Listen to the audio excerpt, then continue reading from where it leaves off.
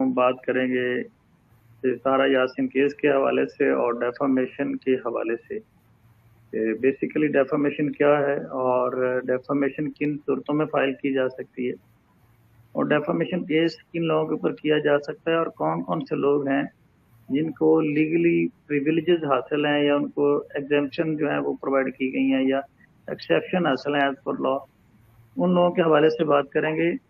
और डेफामेशन के लिए एसेंशियल कौन कौन से हैं, डेफामेशन को प्रूव करने के लिए आपको कौन कौन से एसेंशियल्स चाहिए होते हैं, तो बेसिक रिक्वायरमेंट कौन कौन सी होती हैं।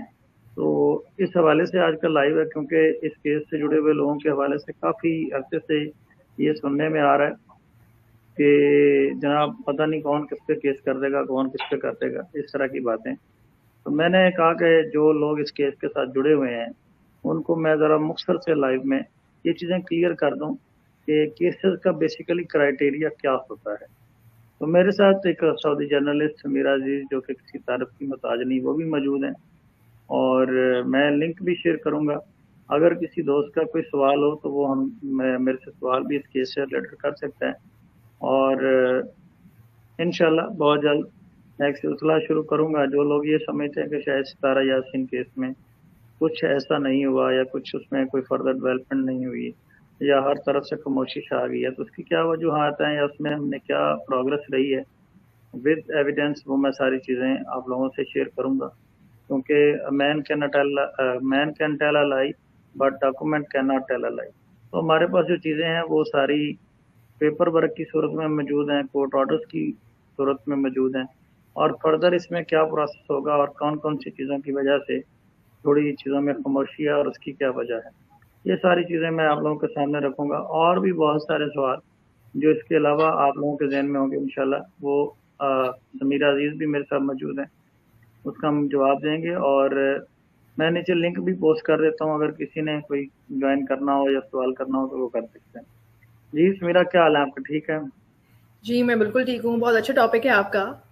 और जी मैंने इंटरनेशनल रिलेशंस में मास्टर्स किया हुआ है आईआर में, और उसमें मैंने एक चीज़ देखी डिफेमेशन के लॉ के लिहाज से। उसमें ये था कि मुझे लगभग पूरी दुनिया में जो लॉज हैं इस हवाले से वो एक ही हैं। तो ये बड़ी अच्छी लगी, एक यूनिटी है। और उस टाइम पर जब मैंने मास्टर्स किया था तो उस टाइम पे सोशल मीडिया इतना फ़ाल नहीं था। लेकिन उसके बावजूद जो भी चीज़ें थी, और ऑब्वियसली फर्दर जो भी इम्प्रूवमेंट आई होगी इंटरनेशनल सोशल मीडिया के लॉ में, तो वो मुझे ऐसा लगता है कि वो एक ही हैं। जहाँ तक जो मैंने जो अपनी एक अपडेट्स जो है मैं लेती रहती हूँ, उस हिसाब से आपका क्या बिल्कुल सही ख्याल है? बात है। बेसिकली अगर इंडिया पाकिस्तान की बात की जाए तो आपको पता है कि यहाँ पे गोरों ने काफ़ी अरसा हुकूमत की है और हमने जितने भी कवानीन अडॉप्ट किए हैं वो हमने उन्हीं से किए हैं और उन्हीं कवानीन को हमें अमेंड करके जो है वो पाकिस्तान में और इंडिया में वो चल रहे हैं, सिवाय चंद कवानीन के जो रिलीजियस मैटर से रिलेटेड हैं। जैसा कि अब आप देखेंगे पाकिस्तान में है मुस्लिम फैमिली लॉ ऑर्डिनेंस, इस तरह से हिंदुस्तान में है हिंदू मैरिज एक्ट है।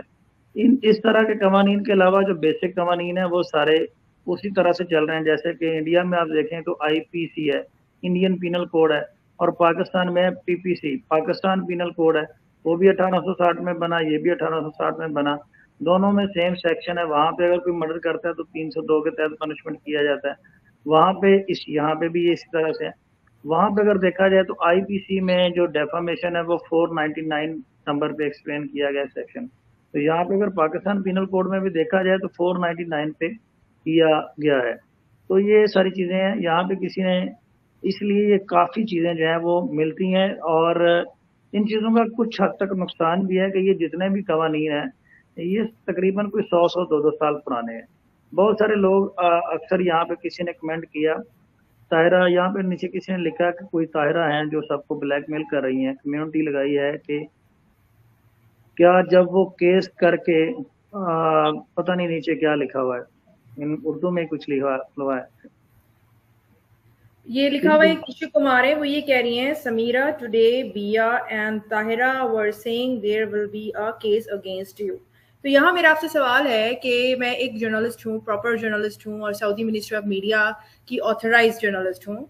तो इस हिसाब से जर्नलिस्टों पर क्या केस हो सकता है, ये एक बहुत अहम सवाल है। क्योंकि इन खवातीन के शायद इल्म में नहीं है, या ये बहुत घरेलू खवातीन है, या इनका हो सकता है इतना एक्सपोजर नहीं है।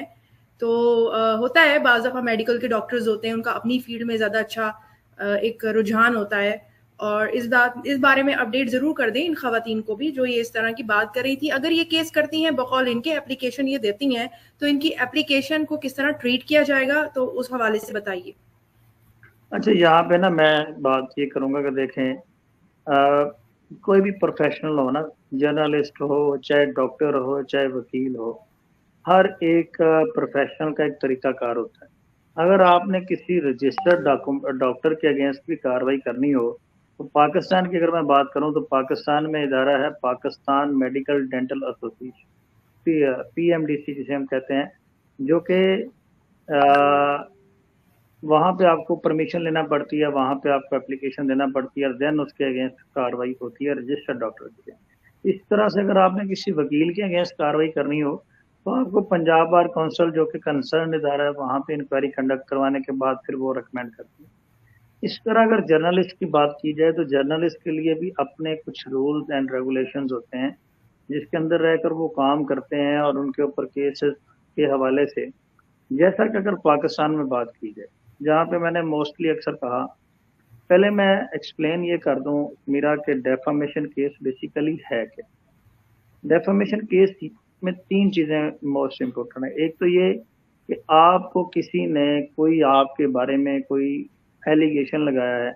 एलिगेशन दो तरीकों से लगाया जा सकता है, इन रिटन फॉर्म या इन वर्ड्स। ठीक है, कोई न्यूज़पेपर में आपके अगेंस्ट कोई ऐसी बात कर देता है, या कुछ आपको इन वर्ड्स जो है वो कर देता है, जिसको हम लाइबल एंड स्लैंडर की फॉर्म में उसको कहते हैं। उसके लिए तीन चीजें आपने साबित करनी होती हैं। एक तो स्टेटमेंट आपके अगेंस्ट हुआ है, स्टेटमेंट जो है वो आपकी रेपुटेशन को हार्म करने के लिए दिया गया और किसी थर्ड पर्सन से या पब्लिक से कम्युनिकेट किया गया है, और ये चीजें, और फॉल्स स्टेटमेंट है, वो आपसे जुड़ा हुआ नहीं है। जो सबसे मोस्ट इम्पोर्टेंट चीज है कि अगर कोई फॉल्स स्टेटमेंट आपके बारे में कहता है, जैसा कि कोई मेरे ऊपर इल्जाम लगा देता है कि जनाब मैं वकील नहीं हूँ और मैं जाली वकील हूँ, ठीक है, जो कि एक फेक फेक आप कह लें कि स्टेटमेंट है, तो उसकी इंटेंशन ये होगी कि हाँ, जबकि मैं एक रजिस्टर्ड पंजाब बार से प्रैक्टिसिंग लॉयर हूँ, तो ये इस तरह का स्टेटमेंट किसी के बारे में भी देना, ये आता है डेफामेशन के ज़मरे में।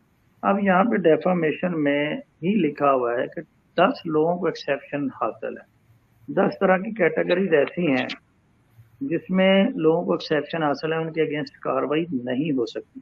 फर्स्ट एक्सेप्शन जो है ना, वो ये है कि imputation of truth which is public good requires to be made और पब्लिश। कोई भी ऐसा बयान जो हकीकत पर मबनी हो और उससे जुड़े हुए लोग, पब्लिक चाहती हो कि वो उस पर बयान दिए। तो मोस्टली जो जर्नलिस्ट होते हैं उनका काम यही होता है कि उन्होंने पब्लिक इंटरेस्ट के लिए, जो पब्लिक वेलफेयर के लिए चीज़ें होती हैं, उसके ऊपर बात करनी होती है और उसको हाईलाइट करना होता है। तो वो हमेशा मेरिट के ऊपर और इस तरह की चीज़ें जाके वो करते हैं, तो इसलिए उनके अगेंस्ट वो इस तरह की एक्सेप्शन में फॉल करते हैं। अगर कोई पब्लिक कंडक्ट या किसी पब्लिक सर्वेंट की परफॉर्मेंस के हवाले से बात करें, आपने मोस्टली थिएटर्स में देखा होगा, जजेस की क्रिटिसिज्म हो रही होती है, चीफ जस्टिस की क्रिटिसिज्म हो रही होती है, वजीर आजम की क्रिटिसिज्म में हो रही होती है लाइव शोज में। उसकी वजह ये है कि वो in good faith for the public interest कर रहे होते हैं। जर्नलिस्ट जो भी करता है वो पब्लिक इंटरेस्ट के लिए कर रहा होता है। हाँ, एक्सेप्शनल केसेस में जहाँ पे बहुत स्ट्रॉन्ग एविडेंस हो और सामने वाले को ये लगे, उसे प्रूव करना पड़े कि जी ये फॉल्स है और इसकी नीयत सिर्फ यही है कि जनाब इसने मुझे हार्म करना था।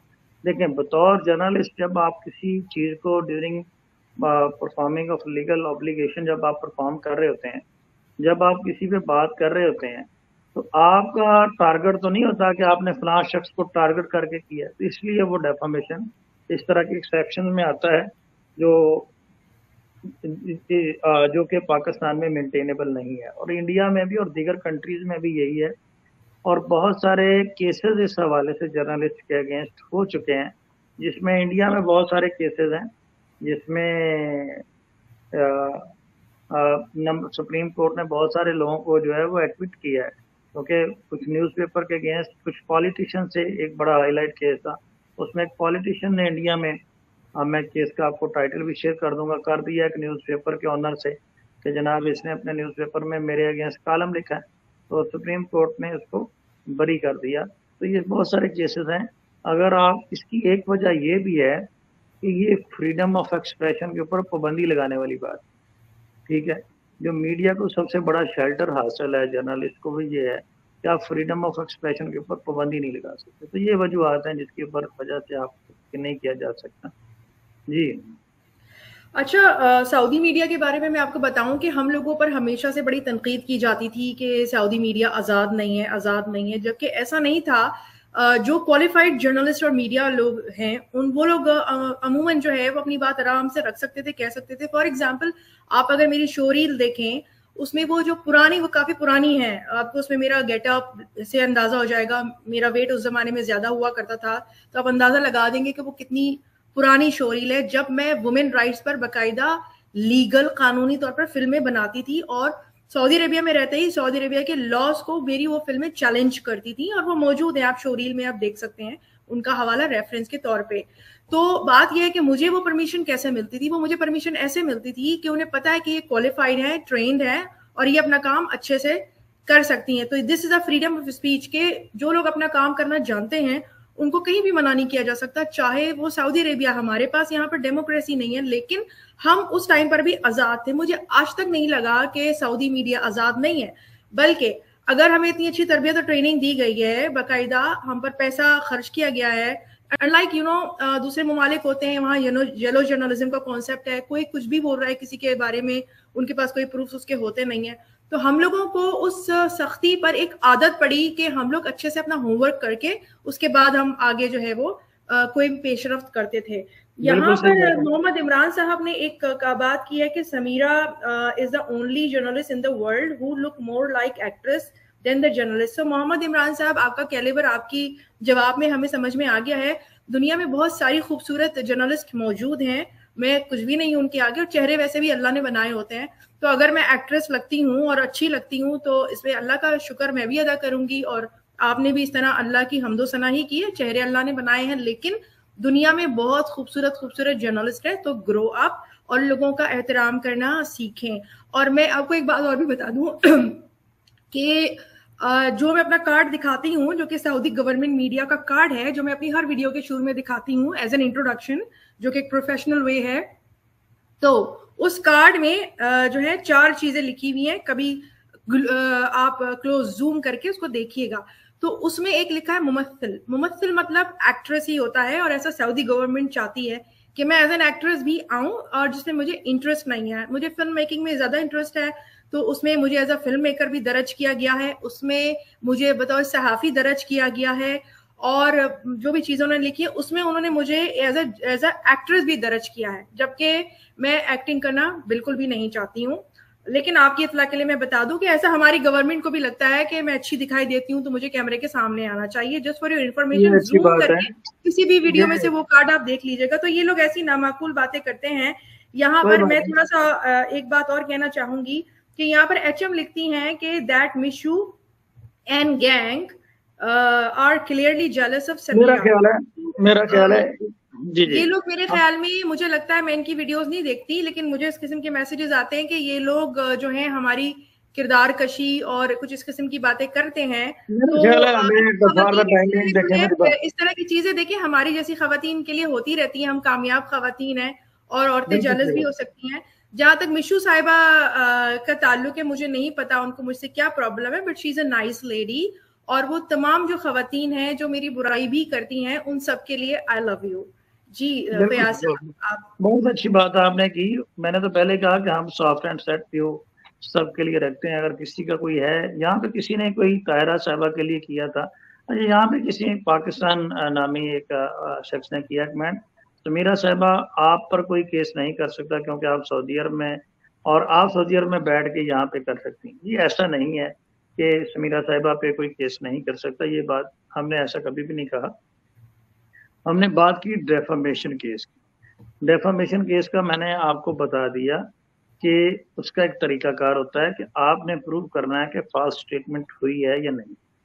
अगर तो समीरा अजीज ने ड्यूरिंग प्रोफेशन कोई ऐसी फॉल्स स्टेटमेंट दी है तो आप प्रूव करें, लेकिन उसके लिए आपको तरीकाकार है, समीरा अजीज ने सऊदी अरब में बैठ के तो सऊदी अरब में तो केस नहीं किया, यहाँ पे पाकिस्तान में केस किया, क्योंकि जो प्लेंटिफ था, डिफेंडेंट था, वो पाकिस्तान का रहायशी था और अक्यूज पर्सन पाकिस्तान का रहायशी था। तो इस चीज़ को थोड़ा समझने की कोशिश करें, और उसमें कोई ऐसा मामला नहीं है कि उनके, अगर कोई करना चाहता है तो वो जाए सऊदी अरब में, वहाँ किसी को अपॉइंट करे अपना स्पेशल पावर ऑफ अटॉर्नी, और वहाँ पे करे जो तरीकाकार समीरा अजीज ने इख्तियार किया है।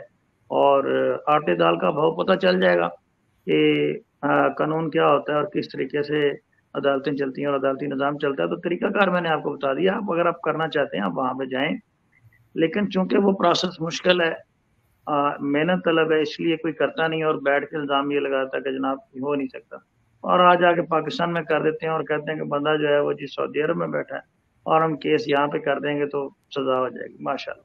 तो वो डिग्री एग्जीक्यूट कैसे होगी? अब सीमा इधर इंडिया में है तो यहाँ पे बैठ के मंगवा लेना, कर लें, यहाँ की अदालत को कहे ना ऑर्डर कर दे उसे, यहाँ पे बच्चों समेत भेज दे, उसके लिए आपको इंडियन गवर्नमेंट का तावन चाहिए होता है।